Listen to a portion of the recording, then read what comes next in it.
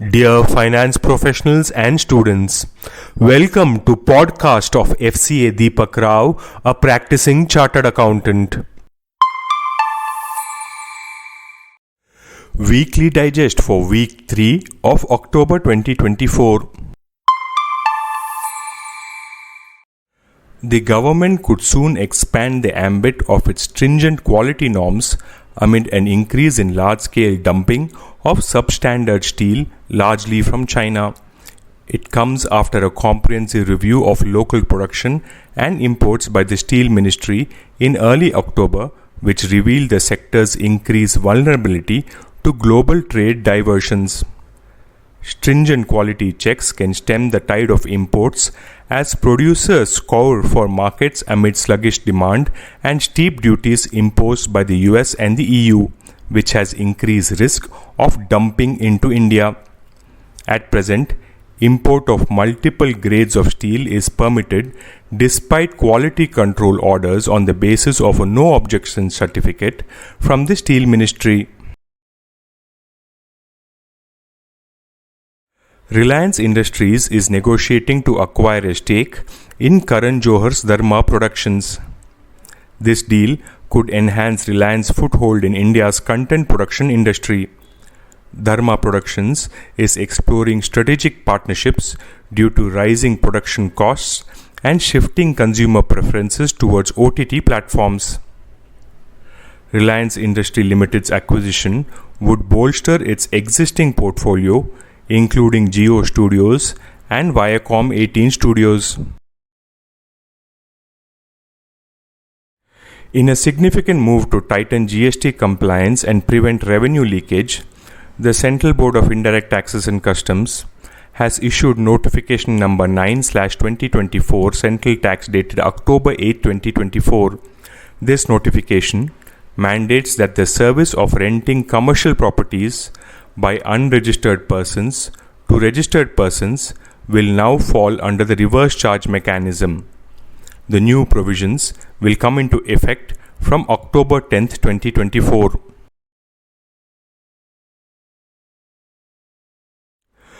Fundraising via qualified institutional placements or QIPs has hit a record high this year, with favorable valuations and liquidity support prompting big-ticket launches by large corporates. QIP is a fundraising mechanism where a company issues new shares to a select group of investors at a discount to the prevailing market rate. It is a preferred mode for raising follow-up fresh capital in a bull market, as it is time-efficient and inexpensive. So far this year, 71 firms have raised Rs 88,678 crore through this route, the highest in a calendar year. The centre's direct tax collections after refunds stood at Rs 11.26 trillion in April 1st to October 10th, accounting for 51% of the full year's target, official data released on Friday showed. The collections so far are up 18.4% on year, which is higher than the full year's growth projection of 12.8%. If sustained, the actual mop-up could surpass the budget estimate of Rs 22.07 trillion by a decent margin. Noel Tata's appointment as chairman of Tata Trusts is likely to ease tensions with Shapoorji Pallonji Group. This could allow Shapoorji Pallonji Group to consider partial monetization of its 18.4% stake in Tata Sons. Improved relations may help reduce Shapoorji Pallonji Group's debt through asset divestment and other financial strategies, benefiting both sides. Tata Group is expanding Air India Express's fleet by transferring all economy planes from Air India and Vistara. This move aims to strengthen its position against market leader Indigo. The fleet expansion will be completed by mid-2025 and includes adding Airbus A320neo and Boeing 737 MAX aircraft.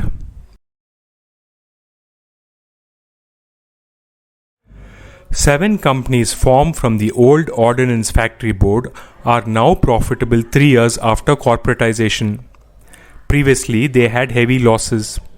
They now focus on research and development for Indian Armed Forces and export orders.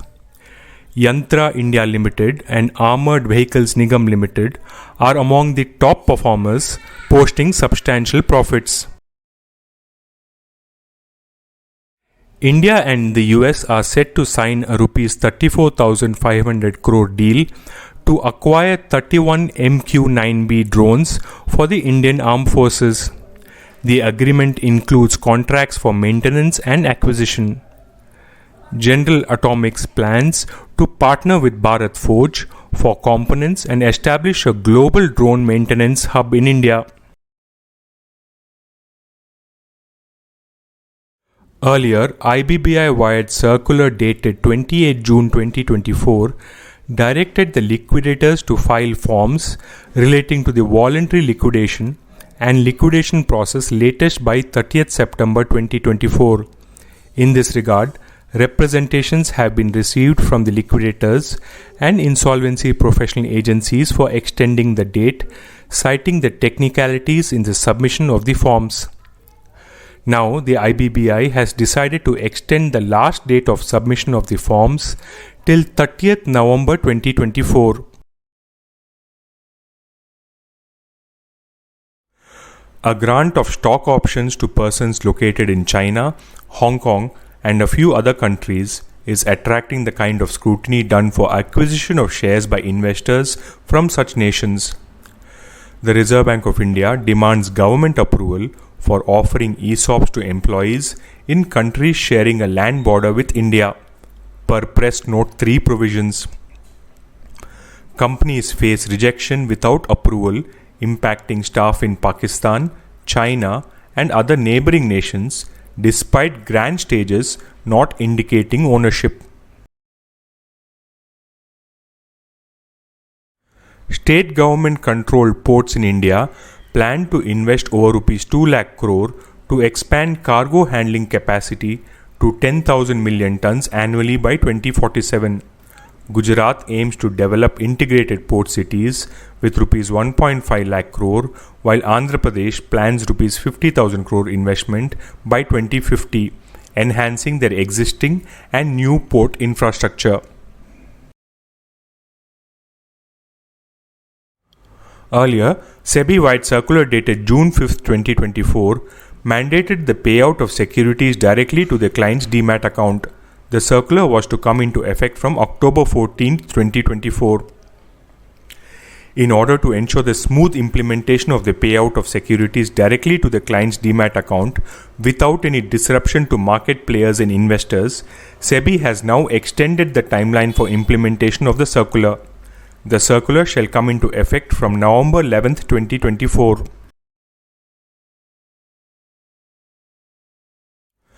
Companies claiming to be eco-friendly, green, organic or sustainable will henceforth have to disclose the basis of such claims, failing which they will be penalized for misleading advertising and unfair trade practices under the Consumer Protection Act according to the new guidelines on greenwashing and misleading environmental claims. The key goal of these new guidelines is to shield consumers from misleading information while promoting genuine environmental responsibility within the business community.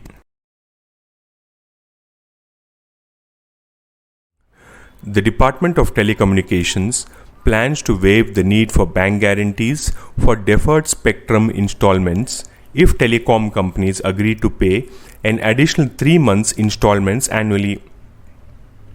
This follows a request from Vodafone Idea and could potentially benefit other telecom companies like Reliance Jio and Bharti Airtel.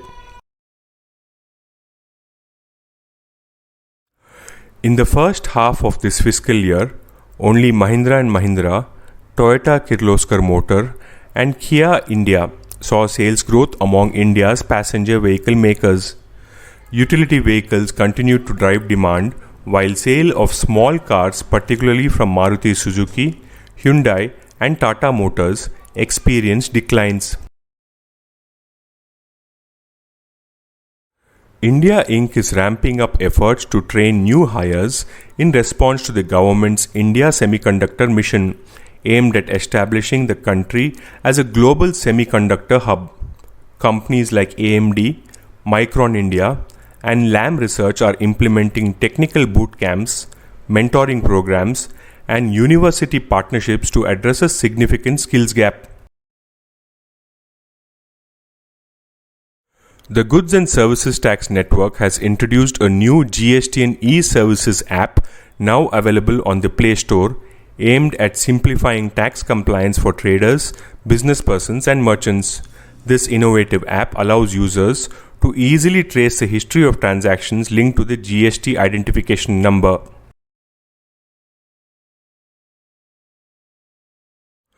The Auditing and Assurance Standards Board of ICAI has issued SQM1 and SQM2 for conducting audits, reviews of financial statements, and other assurance or related service engagements. These standards become mandatory from April 1, 2026.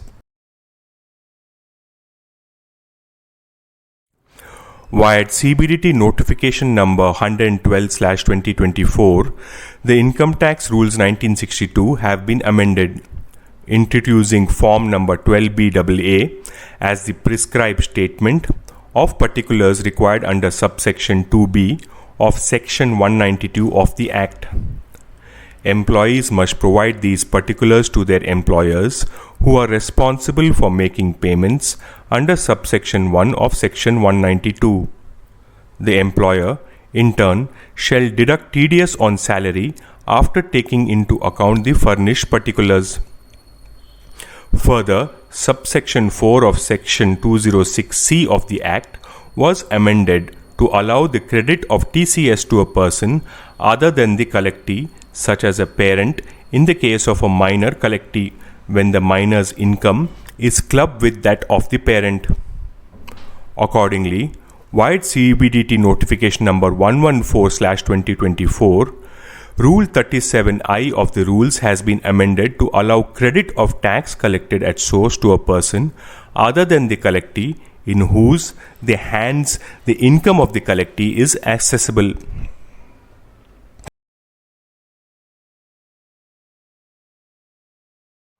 The Central Board of Direct Taxes has issued notification number 1112/2024 introducing significant modifications to the Income Tax 8th Amendment Rules 2024. These changes primarily impact the provisions surrounding tax deduction at source and tax collected at source, particularly under Section 192(2)(b). These amendments include revisions to TDS and TCS provisions, introduction of Form 12BAA, enhancements to existing forms, and detailed reporting for non-salary income. The Income Tax Department is gearing up to introduce a new and improved e-filing portal as part of Project IEC 3.0 to replace the current platform IEC 2.0. According to an internal circular, the department is planning substantial changes to make the portal more user-friendly and efficient for taxpayers. The revamped portal is expected to address common challenges faced by users and enhance the overall filing experience.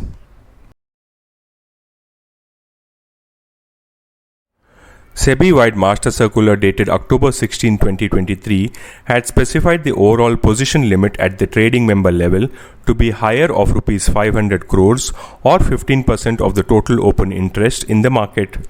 This position limit is applied separately for all open positions on futures and options contracts in a particular underlying index. SEBI has now raised the position limits for trading members in index futures and options contracts to Rs 7,500 crore or 15% of the total open interest in the market. The GSTN has issued an update to inform that GSTN system will auto-populate eligible input tax credit for domestic supplies, excluding reverse charge and import input tax credit, from Table 3I of GSTR 2B to Table 8A of GSTR 9. These changes in GSTR 9 and 9C for the financial year 23-24 will be available on the GST portal from 15th October 2024 onwards. Further, a validity utility will be executed progressively for validation by taxpayers to complete the auto-population of GSTR 9 from GSTR 2B for April 23 till March 2024. India raises concerns at the WTO over China's non-transparent subsidies, trade barriers affecting pharma, shrimp, and bovine exports and export controls on critical materials. India seeks clarity on trade practices and consistently with global norms to address the $85.07 billion trade deficit and market access restrictions. Zomato's move to raise fresh funds through Qualified Institutional Placement or QIP, despite sitting on a $1.5 billion of cash, has stirred up an already fired up quick commerce sector. While some see it as a move to distract investors away from arch-rival Swiggy's $1.25 billion IPO schedule for mid-November, others fear an escalation of cash burn in the quick commerce space, hurting unit economics, with Zepto too looking to raise fresh capital despite scooping up $1 billion over the past 4 months. Several state-owned banks, including Central Bank of India and Punjab National Bank, have waived processing fees on home loans during the festive season to boost demand. While public sector banks offer lower rates, private sector banks have not announced similar waivers. In a significant move to enhance professionalism and ensure quality compliance, the Institute of Company Secretaries of India or ICSI has introduced a cap on the number of annual returns that can be signed by company secretaries in practice. The decision was made during the ICSI's 312th Council meeting on October 8 to 9, 2024. From the financial year commencing April 1, 2025, a company secretary in practice will be allowed to sign the annual return for no more than 75 companies, while a peer-reviewed company secretary in practice can sign for up to 125 companies. This cap is in line with Section 92 subsection 1 of the Companies Act 2013 and is intended to ensure that the standards of service delivery and ethical conduct are upheld within the profession. The Institute of Chartered Accountants of India or ICAI has released a comprehensive standard operating procedure or SOP to guide police and other law enforcement agencies during investigations, searches, seizures, interrogations, detentions, and arrests of chartered accountants. This initiative aims to ensure that the professional rights of CAs are safeguarded and that due process is followed in such cases. This podcast is sponsored by Sound of CA. We share because we care. Vande Mataram, Jai Hind.